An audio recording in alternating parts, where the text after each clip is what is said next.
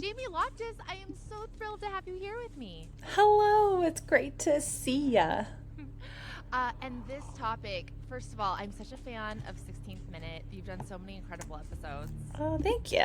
Yeah, and this topic, the dress, is something that I still think about often. I mean, it was such Yeah. a moment. I feel like there a lot of people refer to it as, or like, and also this day overall as the last good day on the internet. Which, everyone's mileage will vary with that, but I feel like it's one of the last memories a lot of people have of a like all consuming internet topic that was kind of innocuous and like you could disagree, but it wasn't a moral, it didn't reflect on you morally if you felt different from someone else, which obviously just a few months later in 2015 that would no longer really be the case ever again. And so it is kind of nice to reflect on early 2015 in general. I mean, like I know that there are certainly bad things that happened as well, but like just thinking of that early time of um, not the dress, but this was also the same day as net neutrality was upheld, and everyone was excited about that. We were a few months away from gay marriage being legalized. I'm like, we just didn't know how good we had it in early 2015. It's so true. It's very big yellow taxi. Like, Yes. and I love your episode about the dress too because like I came from a very similar background to you and just you talk in the episode about what it was like to be a writer on the internet in the what are we going to call this time period, the tween knots, the Ooh, I kind of like that. I don't know. Yeah, it's like because the tens makes us sound like we're 200 years old. I don't love that. yeah. I don't know what to call right now I still think the 20s are the 1920s, and I would rather this decade it like hadn't happened. So I'm not sure. I know. And it's going so fast. You time apparently also flies when you're in hell. Yeah, which is actually, I mean, better than the reverse, I guess. I guess. But yeah, no, this period of the internet, I didn't realize that I was ready to be nostalgic for it yet. But hearing you talk Yeah. about it, it really was a different time. And so yeah, for people like us, I worked for MTV and a lot Mhm. of other BuzzFeed adjacent places. I was a listicle baby too, and so I guess if we could just talk people through like what yeah the day to day was for these writers that would have been finding a story like the dress. Yeah, I mean it was funny because like I was fresh out of college when I was and working at this like Boston Globe ripoff of BuzzFeed, which was also a weird thing where it's like all of these news institutions were like, oh, I guess we should try to do that too, and then they pay a 22-year-old, I think it was like $25,000 a year to with the worst health insurance known to man, and they're like, could you do that? And then basically the job was to, I mean, if you were really on the ball, to find things that people were talking about on social media that was starting a conversation and publish it as a story. Yeah. And hopefully, see if you could get the existing audience engaged in that way. Or if you were a lazier clickbait writer like me, you would look at clickbait websites that you liked, and you would basically give the like H/T hat tip and republish it to your site, which was, it's weird to think. I mean, at the time, that was like very common practice. I was actively encouraged to do that by my editor, but it was kind of low key plagiarism. But that was how it worked. I don't know. It was like I was told all the time I was doing a good job for being like, well, I guess we're talking about this, including the dress. Um, I remember writing this like half-assed editorial of like the day the internet was crazy because it was the dress, and there was like this group of llamas that escaped the zoo and were running around, and net neutrality was upheld all in the same day, and it was like weirdly became this like inflection point, or so I argued at 22, that it was a day that like celebrated the best parts of the internet and its animals, and it's disagreeing over something silly and we're free to do it, and yada yada yada. Yeah, and I'm being silly about it, but like I really did enjoy that job. It bums me out because there were so many downsides to it, like the pay being terrible, like the work being generally undervalued. But now this is like the work of AI, and Exactly. like these jobs just don't exist anymore. They existed for less than 10 years, it feels like. Completely. And I think one thing that I really thought in listening to your episode about the dress is like, this was a time which I didn't even realize at the time, but in retrospect, in thinking about the dress in this moment, when virality really was kind of being determined by human beings. Like, yes, we Yeah. were taking things that were popping off on Tumblr and other places, but it was people like you and I. I used to think of it as like we were almost like fishermen. Like we would get up early in the Yeah. morning and be like, "What's in the water today? Okay, here's a dog that got reunited with its owner." I mean, there were like kind of Right. a lot of like it wasn't all mean, ugly stuff. It was just kind of like fluffy. One of the big sites that we would pull from, and I'm sure you did too, was called like Distractify. Yep. It Yep. was just shit to distract you. It was Bored Panda. yes. Boy, was I ripping off Bored Panda. It was funny too. I mean, there we were sitting in the main Globe newsroom too, and they like, I mean, understandably, they hated us, and they're just like, "Who are these people? They're not trained journalists. This isn't news." And you're like, "Yeah, but like, hi, we use the same coffee machine." Yeah, I do miss it. What I ended up, I feel like learning through making that episode was where it lines up with um like in real time social media timelines versus automated algorithmically driven timelines, because I feel like that had a huge hand in just torching this kind of story, because it's now like, even if you wanted to, repost content in this way, it's harder to, because it's just harder to find things. Like search engines don't work because they're algorithmically driven, and it's like you're way more likely to just be told, "Hey, this is the story," in a way that doesn't work in this. I don't know how to exactly describe it, but how do you feel? Like it just feels like even when there's a viral story now, I feel like you're told there's a viral story. It's not like you're actually like, "Oh, I want to learn more about this." It's just thrown at you.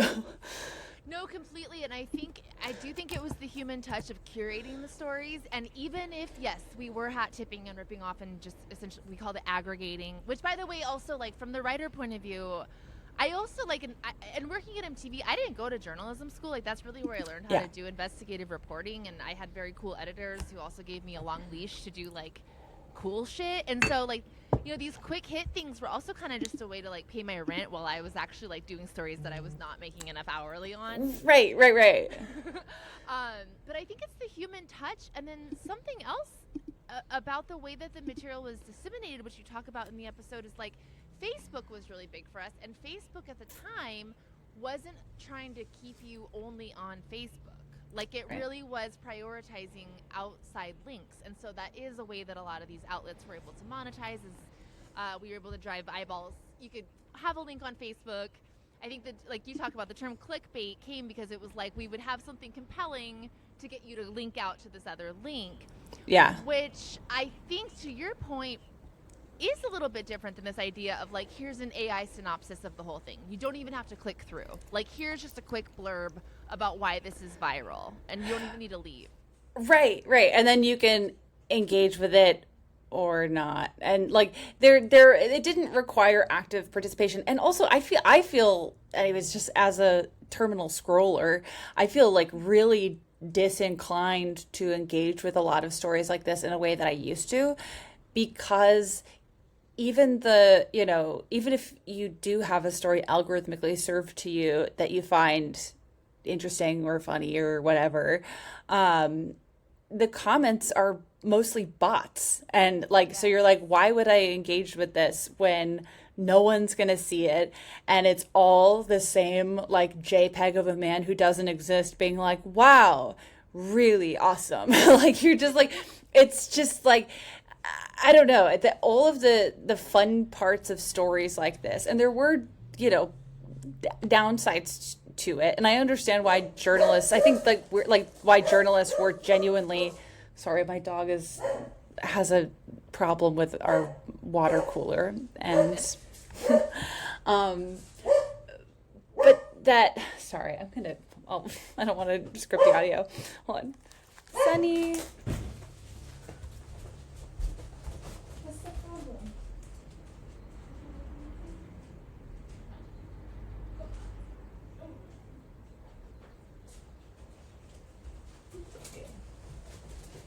No worries. Right. I lied. It was a bird.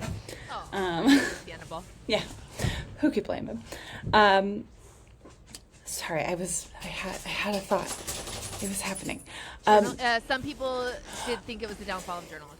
Oh, yes. And I don't think that that's completely untrue. I understand why journalists, I mean, I don't think they should have been mean to random 22-year-olds or just people who want to be working in journalism and are not able to. But I also understand sort of the tension that existed around sites like that as journalism was being devalued in all of these other ways. It's just like such a weird moment. And then the fact that now the jobs that we had that were considered quote unquote the end of journalism no longer exist and are just being sharded out by robots. It's like the work we were doing was good and was thoughtful because people engaged with it in a way that the attempt to replace it has just not worked. It's successfully spread misinformation, but in terms of generating this particular kind of story, you really do need a person, I don't know.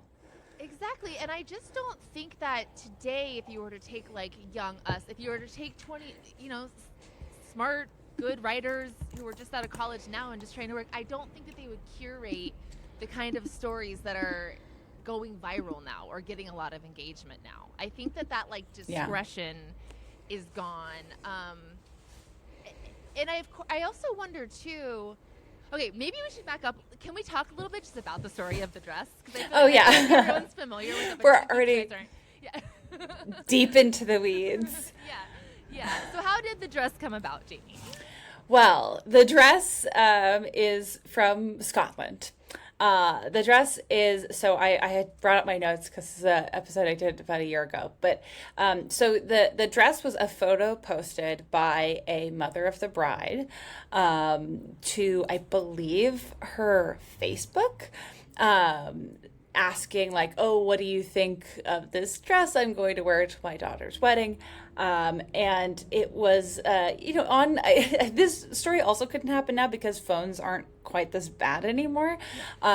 It really is her phone kind of sucked, and there's a weird contrast lighting thing going on this sorry black and blue dress. White and gold. Jamie. For you, really? Yeah. I've never, 10 years, I've never seen it. But she posted this picture, and I think it was a friend of the bride that saw the picture, and it ended up on Tumblr, basically, where everyone was oh, I'm going to my friend's wedding. Her mom posted this, and everyone thinks it's either this color or this color. That gets picked up by another Tumblr, and eventually it circulates Tumblr enough that a BuzzFeed curator notices it and then cross posts it to BuzzFeed. So this is by a writer named Kate Holderness, who was doing a lot of banger posts at BuzzFeed back in the day. I remember her posts. But the original poster actually reached out to her because it was so person to person at this time that she basically sent this image of a dress as if it were a story tip, which I think is so fun. That we were right. And she was right. It was the image heard around the world. So Kate's Holderness originally ignores it, but then looks at how much engagement it's getting, and she's like, all right. And she kind of throws it up towards the end of the day. It goes nuts overnight. I think it set records at BuzzFeed in terms of engagement, in terms of how many people were cross-posting it. And because this was a time where external links were still encouraged, it went viral on multiple platforms, which you really don't see anymore because every social media thing is so contained where it's like, I don't spend a lot of time on TikTok, and so sometimes I have no fucking idea what someone's talking about. Like those stories do not spread to the platforms that I am on. So it's like, I don't know. But this went viral on Facebook back when that was possible, on Twitter, on Tumblr, like kind of any linear timeline at the time, place it could go viral, it did.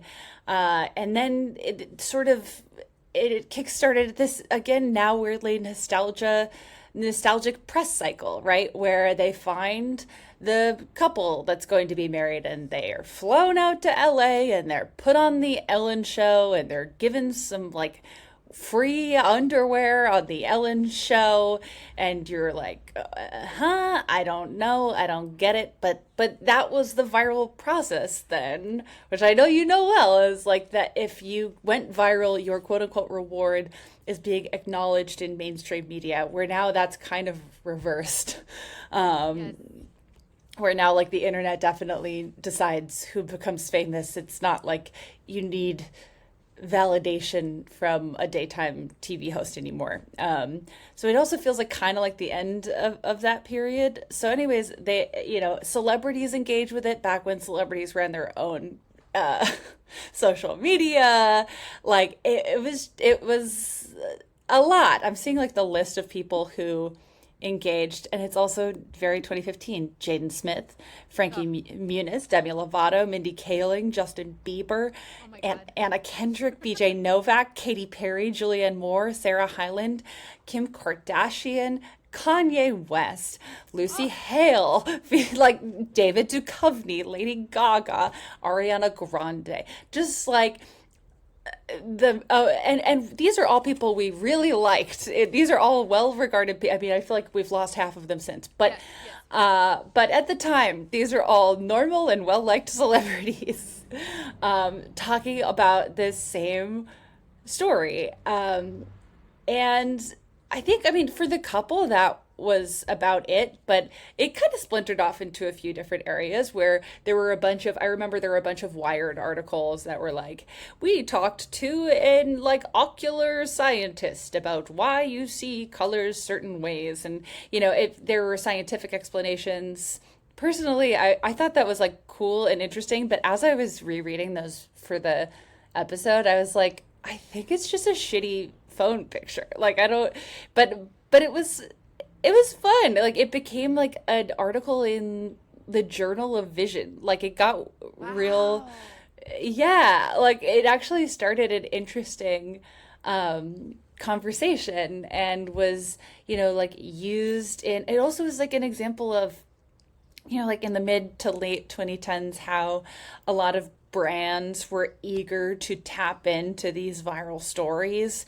And so you had, I think there was like a very popular Pizza Hut post, like back when personifying brands was the coolest thing you could do. And now people are sort of like, roll their eyes at it. But at the time, Pizza Hut saying white and gold was like, ooh, we're going to move It some meant product by something. doing that. Yeah. And I mean, just as former clickbait curators, what I mean, I think this was a perfect piece of clickbait for the Yeah. reasons that we're talking about. Because number one, I think it's very fascinating that it does seem to be like 50-50 almost.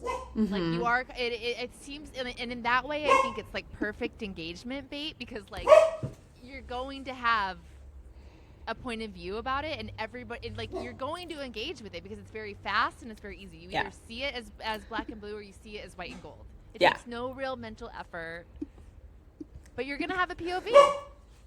You are. Yeah. No, I like, and it's also, I think, perfect for brands because it is completely apolitical. There Yes. is no ideology attached to it. It is a dress, and your point of view is completely dependent on what you see. And that doesn't say anything about you. And again, it's like, I feel like shortly after this, the same brands that are trying to jump on viral trends like this uh, apolitical stories like this are harder and harder to come by. Um, Yeah, and yeah. talking about the science of it, I mean, yeah, what I took away from the dress incident, and I think part of the reason I still think about it, is that it kind of felt like this very innocuous experiment where we were actually shown, like, we were shown physical proof that everybody sees the world in slightly different ways. Yeah, I do feel like it's like ultimately a kind of wholesome, sweet thing to have happened because it is just like encouraging you to talk with people in your like office or your group chat or whatever it is, of just about how, yeah, like you're saying, like how you perceive the world possibly slightly differently. I feel like that this time was full of like a lot of, I mean, this was a couple years later, but I almost like put it in the category of like HQ trivia vibes of like Yes. this is a viral thing that in a way that doesn't feel forced or confrontational, like has you engage with people and like often in real life, which is unusual. I feel like now also that a lot of viral stories are somewhat contained and don't really encourage you to talk to people, or even like this was the kind of thing you would like show your mom and be like, what do you see, or like take it around your office and be like, what do you see? In the same way people, like I remember in the office I was working in like 2017, everyone would like rush to the break room at whatever time because HQ trivia was starting, and that was something we did on our phones together, and like it's just hard to come by. I don't know. Yeah, the closest thing I can think of now is Wordle. Yeah, yeah, and even that still feels like a pretty solitary.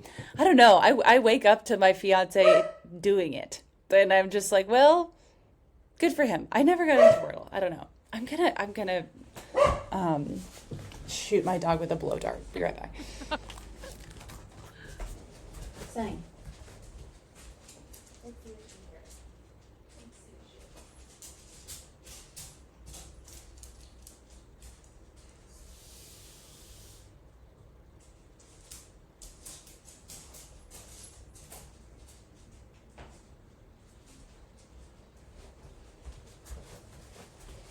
Hi.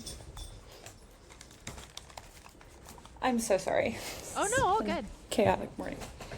I have a foster dog right now, so I know all about Oh him. my gosh, what kind of Yeah. pup? That's so He's cool. a Frenchie mixed with a pit bull. He's like a 28-pound nugget. Oh my God, it's so dense. I love that's so sweet. I love it. I love him. What was I gonna say? Oh yeah, okay. So about, I think the other thing that's interesting about, it's kind of on the tip of like, this was this sort of innocuous seeming, very universal kind of like toothless experience. But I Hmm. think sometimes about this period in media, and maybe the dress is kind of a darker precursor than we realize, or this period in media maybe actually was setting up what happened with the onset of Trump and all that. Because one thing I think about often is, I was writing for one place I was writing for was like women's health, Okay. and they had asked me to write a listicle about what your favorite TV show says about your relationship. And so Okay. I spent 10 minutes on the article. I mean, I literally was like, here's 7 TV show. If you like Game of Thrones, you guys like to argue. I literally was just Right. like nothing. 2 nights later, a Philadelphia a local the Philadelphia Nightly News Hmm. aired it as a story. Like, a new study shows, and they cited A my new listicle. study. They called it a new study. They No. called it a new fucking study. And I Oh was my like, you guys, I God. pulled that shit out of my ass. I've never even seen an episode of Game of Thrones. And these 2 Right. anchors were at a fucking desk showing a picture of my article and calling it a new study. And so I was like, that's funny. But was this a precursor to the way that disinformation was going to be really spread Right. 2 or 3 years later? That's such an interesting point. I guess I hadn't really connected it to that part in my, like, I mean, certainly did not feel like a career then, but ultimately Yeah. that part of like that, I feel like I think a lot about, I also think about this in podcasting. There is just like this pressure to put stuff out there and like churn and churn and churn and like, I don't know. I mean, we've both been in podcasting forever, and it seems, or I've definitely felt in the last couple of years, there is this pressure to be like, hey, could you put out more? Like, could you put out more? And I'm not talking. And to be clear, I'm not talking about any specific show, but it's something I've noticed across the board of like, could you put out 2 episodes a week instead of one?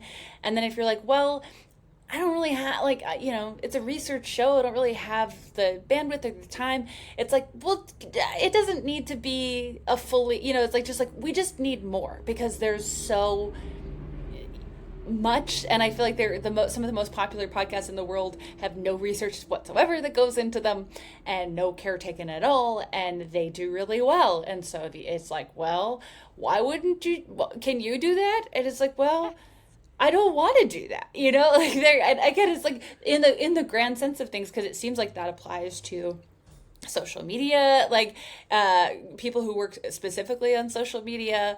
It applies to like journalists also. Like I looking back of like all of the writing I was doing 10 years ago is now done by AI. Like it just is, because I worked at the Globe for a while, and before that I worked at this copywriting factory basically, where the rule of play was I was a tech writer, which was ridiculous because I did not know anything about tech, and they were like, all good, doesn't matter, we just need you to write 10,000 words a day. And what those 10,000 words say, not a big deal. Like I was writing out of my ass, like there was no, but if I didn't do that, I would lose my job. It would have been impossible to write 10,000 words of tech reporting a day, especially if you don't know anything about tech. But that was the only way to keep the job. And it was like, you're just, I don't know, I felt like hyper aware that like I'm churning out garbage into the world to support myself. And I think my favorite headline that I wrote, and I like reconnected with someone who I was working with at that time, because I doubt that even, a quarter of the people who, the staff is probably minuscule at this point. But it was this copywriting place in Boston. And I once wrote this like ridiculous piece of clickbait that was like 10 or like ways that 100 Ways to Die in the West, the Seth MacFarlane movie. What 100 Ways to Die in the West can teach you about big data? And you're just like, what the fuck are you talking about, Jamie? Like, what do you mean? But, in a way that at the time made me feel very weird, but it is now done by, like, now you literally are competing with robots. And it's just, I don't know. That gets back to, like, I understand why, like, people who, I mean, my dad was a journalist and was eternally frustrated with like, what would once be one story had to become 5, just to keep up with whoever else, whatever else. That is such a good point. And I think often about the fact that whether we're talking about social media or podcasting, what are these things called? The feed. You literally have to feed it. I feel that when you're talking, I'm like, yes, you're speaking, like, I'm a human being and I like to do good work and I need time to research and write and like do drafts and make this good, but I have to feed. And what are we feeding? A beast whose belly never gets full. Right. And it's, and I like as much as I can, I mean, I like try to make it like just a fundamental part now to like push back more when I'm asked to put out more, because I also think like it's a losing strategy ultimately. Like the times that I've had to rush something, it's never the episode that does especially well. It's never like, it is still like people do, I feel relieved at least that people do still value thoughtful work, and I don't know, like I think back on like the kind of stuff that I had to write to survive, 10 years ago, and I don't like, sometimes I don't know how to think about it. I feel weirdly nostalgic for it, and then I also was like, I had no idea what we were kind of a part of, like it's weird to think about in the grand scheme of things, because at the time I was just like, I, sometimes I'm like, well, this is corny or this is silly, but I just was so thrilled to feel like a working writer. Um, and yeah, I don't know. Now I'm like, how do you reflect on that period? Because it's like, in some ways, I feel very nostalgic for it, because I'm like, yeah, if that kind of like, I love culture writing. And I hate being forced to write clickbait, but I was able to do enough of my own writing during that time too, that it would be like, whatever, three for them, one for me. But you would get one for you. That's how Yeah. I feel about it too. Like I actually did a lot of work that I'm really proud of during that time period. Hmm. Also, that is also gone. I told my husband the other day, I was like, "There's Yeah. a decade of my life that's just in the ether now." Yeah. That, I pulled all nighters and like went back and forth with editors and really, like long ass pieces that took me so long to create, that I'm like, those are just like in the dust now. And it was. I did at the time, and I think I still do view the like fluffy, dumb stuff I was doing as a very kind of like fun and easy way to subsidize the more truly like creative shit I was writing. And Yeah. I wrote for Vice, which was like, Hmm. that was a fucking free for all. And I mean, they let they I mean, That was fun. Yeah. yeah, yeah. Yeah. Yeah, but we were also being exploited. Those writers were also being exploited, because I Hmm. think that I didn't have the professional experience to understand the value of what I was writing and how much that was being mined for Yes. monetization. Like on a loop forever too, like, well, where there was, god, back when it existed, I wrote one of those like it happened to me stories for XO Jane, Yes. which was one of the most exploitative premises of any column to ever exist, where they're like, okay, young woman who wants to be a writer desperately, here's what you got to do: write 2,000 words about the worst thing that's ever happened to you. We will publish it with your full government name. We will send you $50 in 6 months, maybe. And this humiliating story that you shared with us because you want to be considered a writer will go viral every 6 months until we go out of business. And like that was the system. But like, I would bet $1 million that like, if I don't even know if that website's accessible anymore. I had a very embarrassing story up there forever, but I bet if you like go through the list of people who published them, there would be people who went on to become, successful writers, because it was like that was an in at the time, or like at least that's how I viewed it. Where I was like, I think I fired mine off when I was 21, where I'm like, I got an infection and my face got gigantic, and that was the whole story. And but it was, at the time, it felt great, because you're like, oh, I'm a published writer. And there were enough, I don't know, like there were enough outlets at that time that you could kind of be like, I'm a published writer, could I write something for this outlet, this, and you could like, cobble stuff together that way. I would guess that that is infinitely more difficult. I honestly stopped trying. I don't know. Yeah, I've had to dip my toe in and out of freelancing periodically throughout my career, and it has gotten infinitely harder. And I think that's another way that our generation faced like a particular brand of fuckery, because Yeah. like it seemed like we had stumbled across an industry and a career that was going to be tenable. Like it Right. was like, oh, I've written for Vice, now I can totally write for Rolling Stone, and now I can totally write for Slate. And like it was just like, once you have the cred on one outlet, you could pretty easily pitch editors wherever.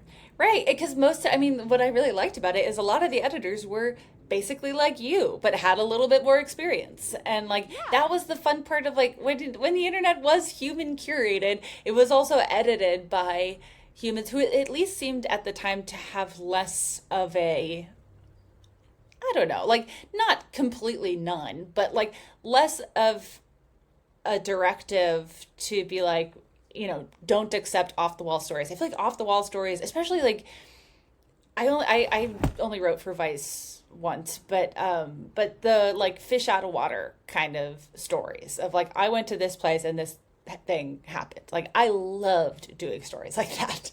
And they were encouraged too, and it was sort of like, and people could feel whatever way they want about it, but like the weirder the idea, kind of, I feel like I was getting away with some really weird stuff, and that was like what got me into actual reported podcasting was like one of those stories was taking the Mensa test. And I'm like, here's a weird idea. What if I did this? And then it like turned into this actual story over time. And I mean, I feel lucky that I sort of got to do that on the tail end of that sort of reporting being encouraged.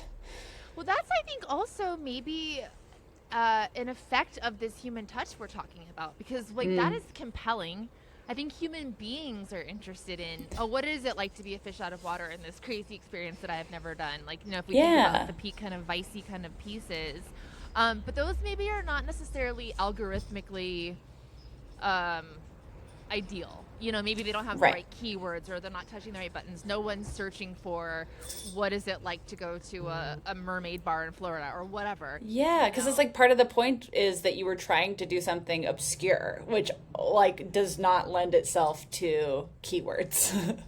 No, and like we recently did an episode about Flash animation, and I kind of feel like it's the same thing. Like there was something very organic and like punk rock, and like, let me pass around this poster, let me pass around this video. Like, if you're cool, you'll get it.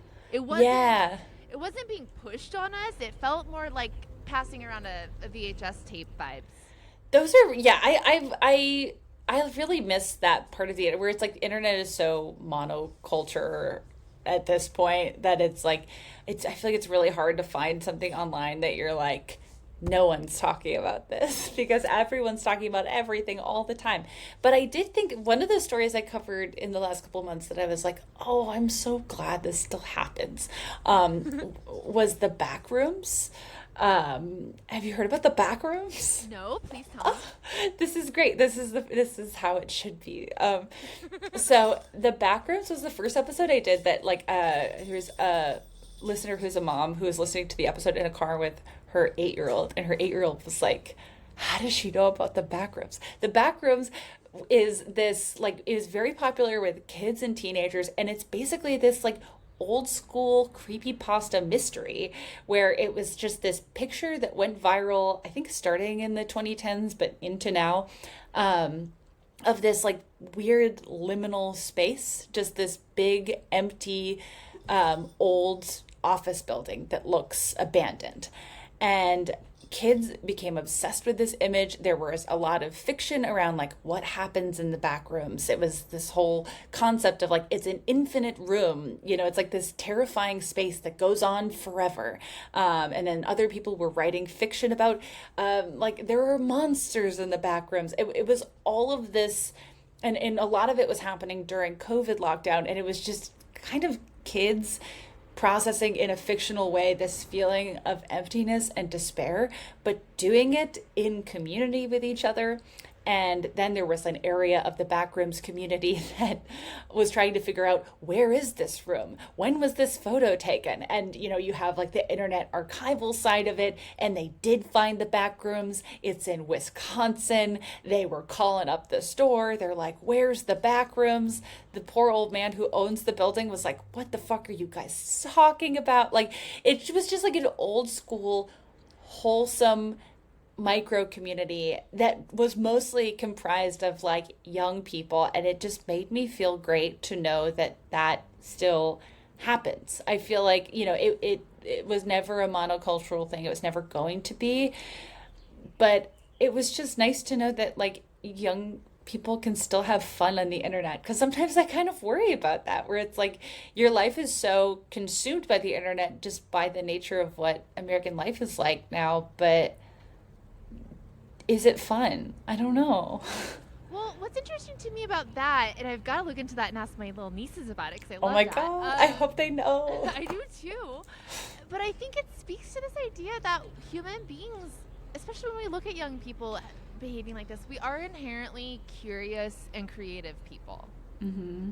And I think that's what was fun about the internet, is it was a place where you could just be curious and creative. And even in our little like corny ways where we were just ripping off other people, we were putting our own little spin on it. And even why, I mean, I think that's talking about why you're doing a write-up about the dress. Everyone did take their own unique angle at a piece, and there was some creativity there, and people were curious about what it was going on, you know, with ocular science that was making us see different things. Right.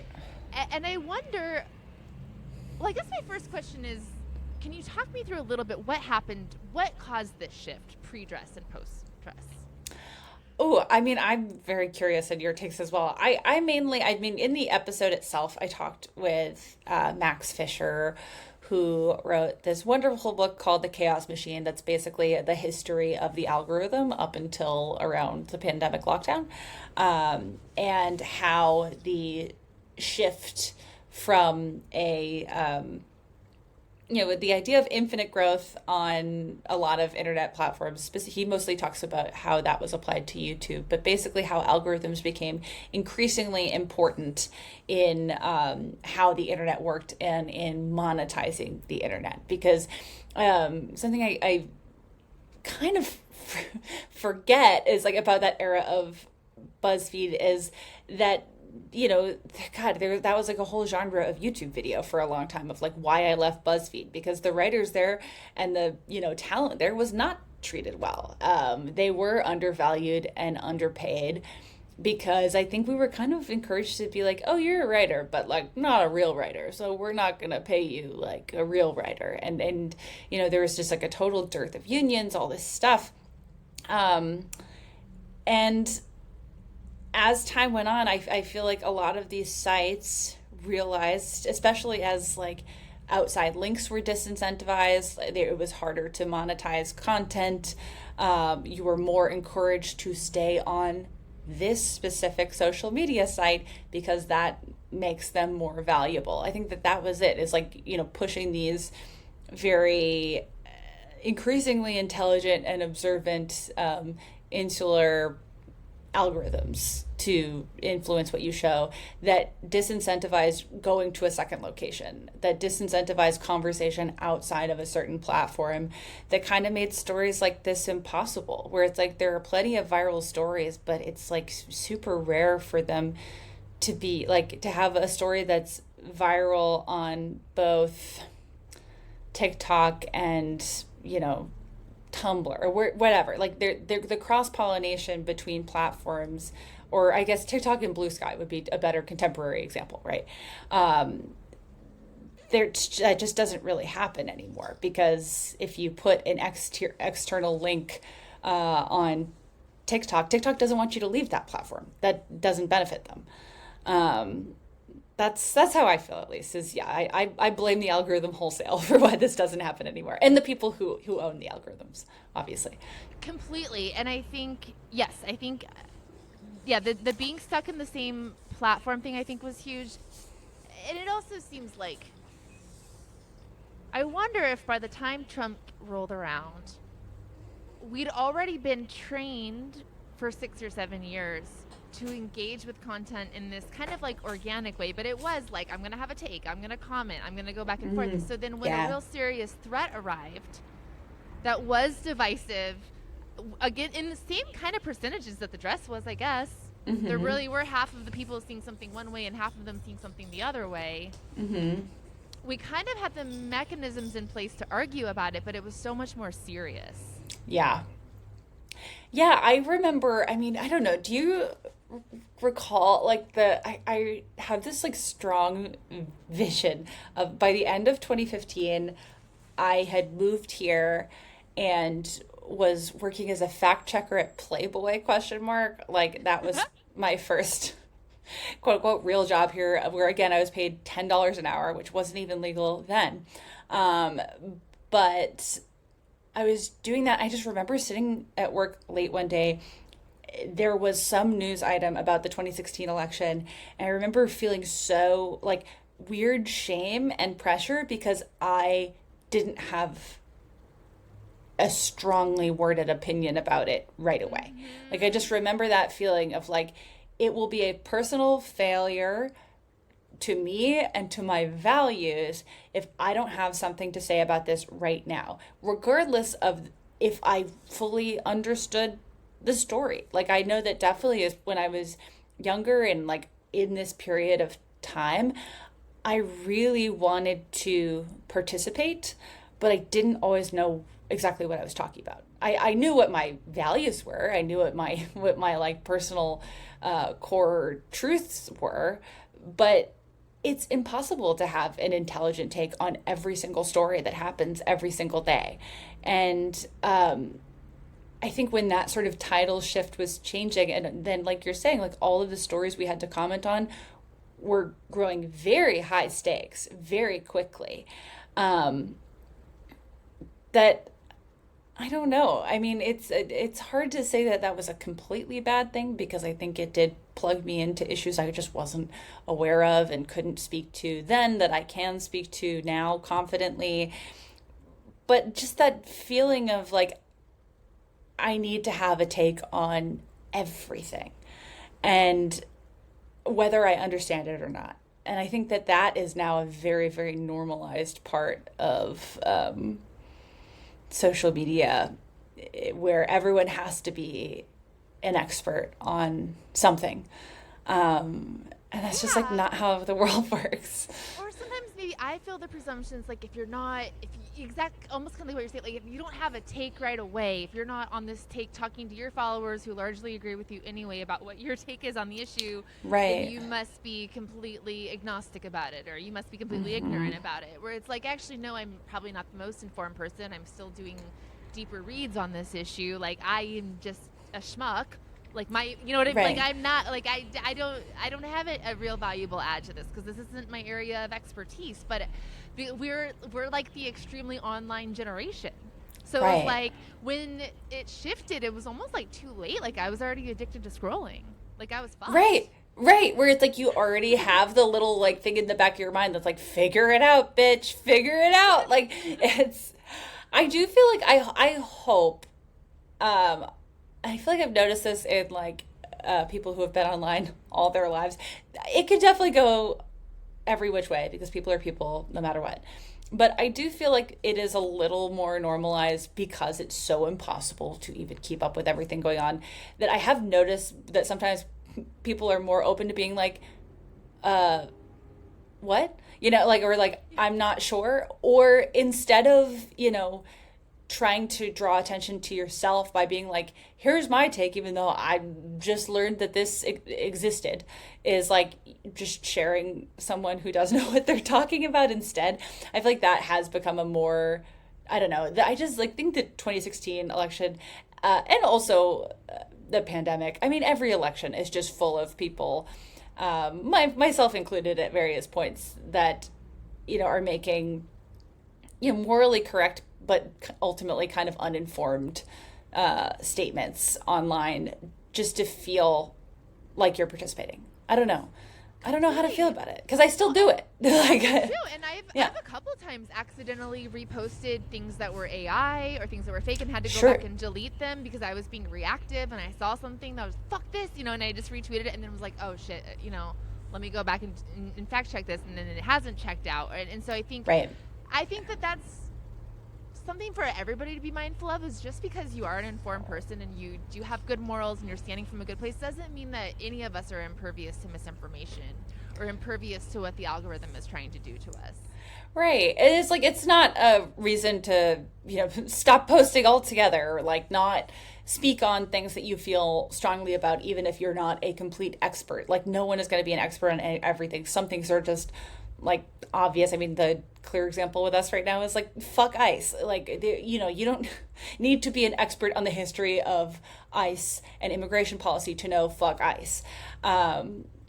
I just mean like I don't know, like I feel like you can really feel when someone is saying something just to feel that they've said something versus I don't know. Am I making sense? I feel like I'm No, not making sense.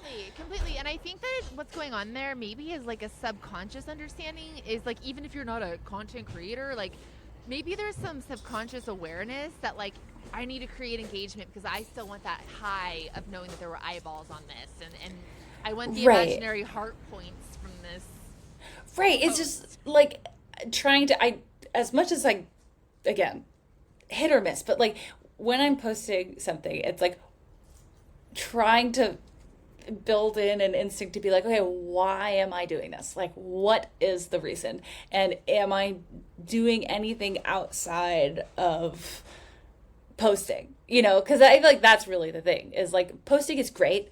as long as you're vetting your sources. But like, what are you doing outside of posting? And like, if the answer is just more posting, um, is that movable? And and I think for a lot of people, I mean, the internet is absolutely the reason that I'm engaged in any sort of like outside volunteer work that I do now. It was because I saw people who I liked and respected encouraging you to do that instead of, being like, posting is great, but what about also leaving your house? And I was like, wow, revolutionary idea. And then you do, and it like, I don't know, the internet's a shithole, but I also am like, it's also completely shaped my life in a way that like I cannot conceive of a life without it. I don't know, which just sounds like addiction. I don't know. It is, but it's not our fault. It's an addiction that was foisted upon us that we had Yeah. no choice but to engage with. I mean, do you think that we could ever go? Is there a world where we can go back to the dress? Like, Ooh, I don't know. I never say no. I mean, it's like it's not like silly stories don't go viral now. They definitely still do. But I feel like it would take some sort of like change in who owns the internet. Like, mm-hmm. because I feel like the dress happened at a time where the internet was still sort of figuring out how to be profitable. And it was like happened in the middle of this period of tech CEOs pushing infinite growth on their platforms, but it was like being pushed, and there was a lot of experimentation of how can we monetize this, but they hadn't quite cracked it yet.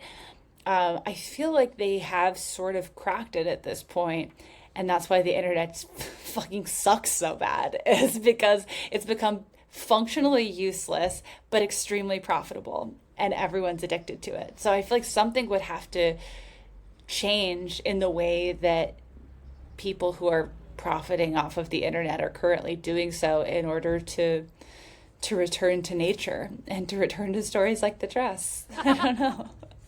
Our truest form. Yeah. Yeah. I actually know very little about net neutrality. Could you tell me a little bit about, I mean, Ooh, I I understand the don't concept. know. Okay. I just remember when that, like, I guess it was around the time of the dress, but I remember using that as an example of, like, something that I knew was important, but, like, found too boring to, like, understand. It is definitely very, very boring. But it's like from my recollection from this story I wrote 10 years ago, is that it basically refers to the open internet and this concept of making it more difficult to do what a lot of tech CEOs have managed to do anyways, like Right. to avoid censorship, to avoid charging larger fees, or to like I remember, again, this is not fresh information, but that part of the idea around net neutrality was that every website would load at the same speed, and you couldn't, as a business, pay an internet provider to make your websites go way faster than a competitor's website. Like that technically you were still in, an even playing field when it came to stuff like that. And yeah, so I mean, I think that was the general idea, was making it like kind of impossible to quote unquote buy the internet, but that kind of happened anyways.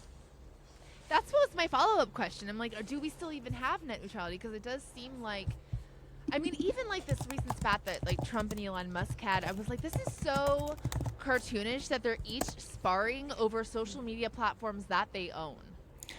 So yeah, there is not currently a federal net neutrality law. Okay. um, yeah, so that is part of why this is able to happen. I know that like there are some state laws. I cannot speak to them specifically. I know that California has a net neutrality law. Um, but yeah, this federal thing that was passed, I'm seeing here, and let me make sure, let me vet my source really quick. Um, that yes, that it was repealed in 2018. Cool. So yup, and it's but was then restored by the FCC in 2024. I don't think that that's been put into effect, and I really doubt that that would sustain in the Trump administration. But also, I don't know, like everything could change in 2 seconds the way the Trump and Elon thing is going. Maybe he would restore net neutrality to piss Elon Musk off. Maybe he'll do something good by accident for a petty reason. One can hope.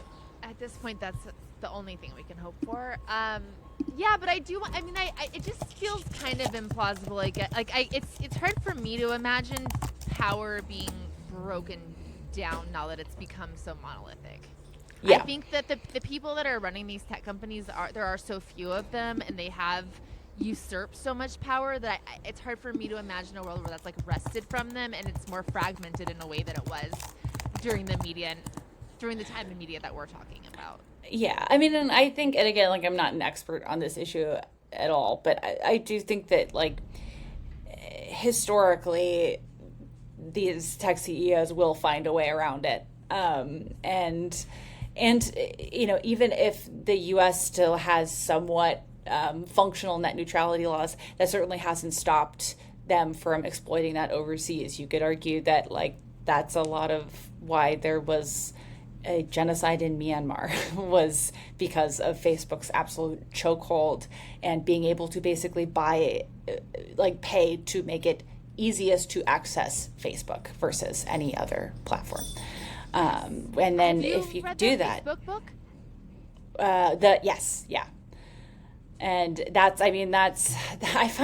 glad that she wrote that. I was so frustrated with her the whole time. I'm just like, girl, what? Anyways, she's like, I really thought we were doing something good. And then I was, oopsie, doing a genocide. And then I was like, maybe I could stop it. But like, I can't quit my job. Like, girl. Health insurance. And then she's like, oopsie, we gave China access to everybody's sensitive information. Oops. Yeah. I mean, I'm glad that book was published. I do sometimes. I'm like, wow, way to blow the whistle. 10 years late. But I'm sure she made a shitload of money. So good for her. I'm being a bitch. Yeah, I was really glad I'm glad that information is publicly accessible. But I'm like, where was it 10 years ago? We don't know. I do wonder if maybe we are at like a bit of a saturation point though, like because they do not have the ability to like infinitely, or maybe they do, to infinitely hold our attention. Like you're talking about, like a lot of us are getting offline. We're going back out into touch grass and engage with the real world and engage with our communities. I think a lot of younger people are doing that. Mm-hmm. So I wonder if they're becoming a bit of an Ouroboros, and like we are like our tastes are shifting more toward media that is like longer form articles and books and in-person dialogue. I do wonder if there's going to reach a point where the internet, like I do feel like it's just gotten so boring, weirdly. Even when something that is historically significant, I mean, like I don't mean that in regards to like really intense current events like we're experiencing right now. I just mean with like fundamental internet schlock. Like, because I love my internet garbage. I am addicted to YouTube, just period, end of story. But even my algorithm there is a lot of people, I mean, this is my work currently, is people reminiscing about a period of the internet that didn't suck. And a lot of nostalgic content for like 2000s and 2010s culture, because we're kind of in this vacuum. And at some point I feel like the internet will have to reckon with the fact that like it's hard to, like, part of what is doing well on the internet right now is reflecting on the time that the internet was way more creative than it is now. And like, when is that nostalgia loop gonna seal? Because it's like we're gonna have to make new shit at some point, I hope. And it does seem like there's plenty of like you're saying. I mean, like I think even like locally here, the number of like micro cinemas and like arts spaces that have popped up post-pandemic that like young people go to because people want to make shit. It's just way harder to get creative work seen on the internet than it used to be. And in that way, I feel like lucky that we're kind of old heads in that regard, because Because yeah, like I'm not proud of everything I put up. There were downsides. There was a lot of pressure to put out a lot of stuff that you're not proud of to meet quotas, and that. But we were able to get creative stuff out there, and it's it feels like the barrier to entry is way higher because what people will watch is not dictated by people really.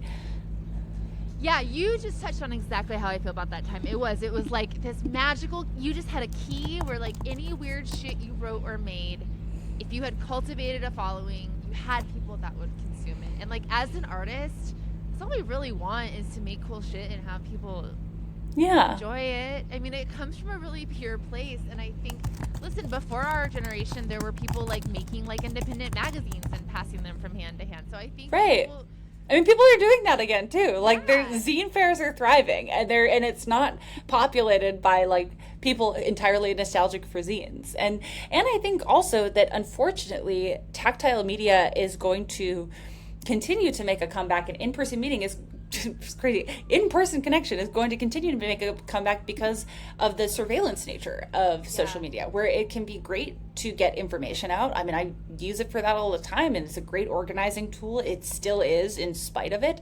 But the fact that but now there is, good reason to be skeptical about sharing extremely personal things online and talking about certain things online, because we now have so much more information than, I mean, this, like, the dress was, I think, the year before the Cambridge Analytica scandal. Like, there's all of this very commonly known stuff about how the internet works now that does encourage, tactile media. That, I mean, God, it would be cool if I knew 10 years ago to back my work up on a hard drive, because the internet isn't forever. They said that it was forever. It would haunt you forever. I'm like, that's not true. It's just not true.